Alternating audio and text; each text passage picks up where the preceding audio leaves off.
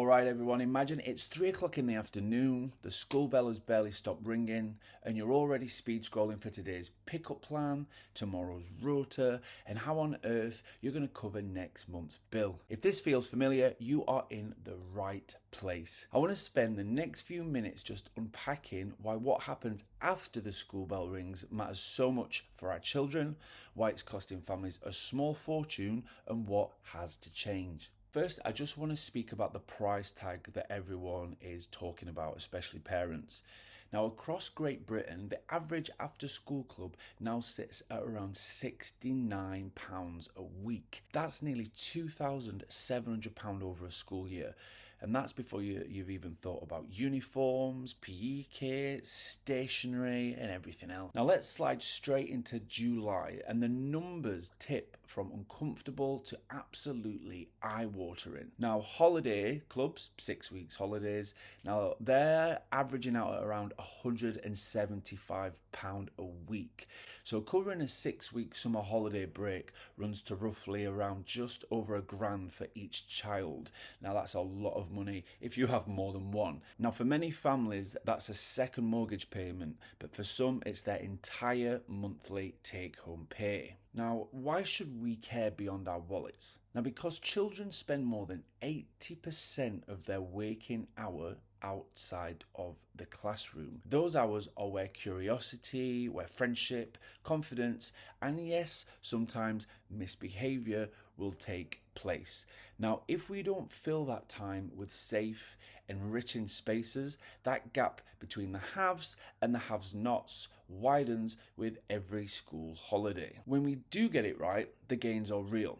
Now, a large-scale UK trial of free before school breakfast clubs showed that pupils are making the equivalent of 2 months extra progress in reading, writing and maths over a single year. Now, that's the kind of quiet intervention that nudges attendance up and keeps teachers from reteaching yesterday's lesson.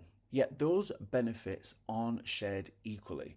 In a recent report, it found that only 36% of the poorest fifth of parents use formal childcare, in comparison to the 73% of the highest earning household. Now, it's not about motivation, it's about access and it's about affordability. And even if households can stretch to this budget, you still might face the dreaded waiting list. Since last April childcare entitlement expansion, 61% of providers with a waiting list say that it has grown. Now, parents will ring around for weeks, children drift on and off informal arrangements, and employees are wondering why lateness is up again. Behind those waiting lists isn't a workforce fraying at the seams. A typical youth worker salary is hovering around at around £25,000 a year. That's below the UK average. And that's for evening shifts, safeguarding training, and the emotional labour of being half coach, half counsellor at school. And funding tells the same story. Since 2010, council spending on youth services in England has fallen by a staggering 73%. Whole centres have disappeared, taking trusted adults and safe spaces with them.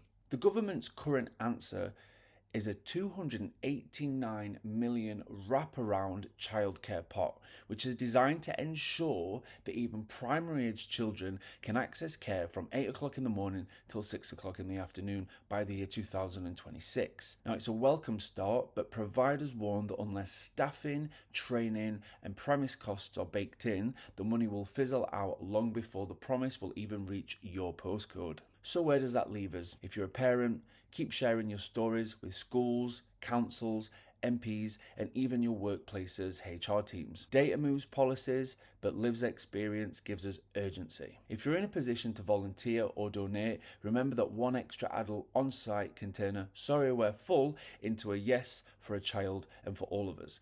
Now, let's keep this pressure on for an after-school system that recognises enrichment and care as part of our national infrastructure, not the optional extra. Because the bell may end the school day, but it shouldn't end our children's opportunities to learn, to play and to thrive.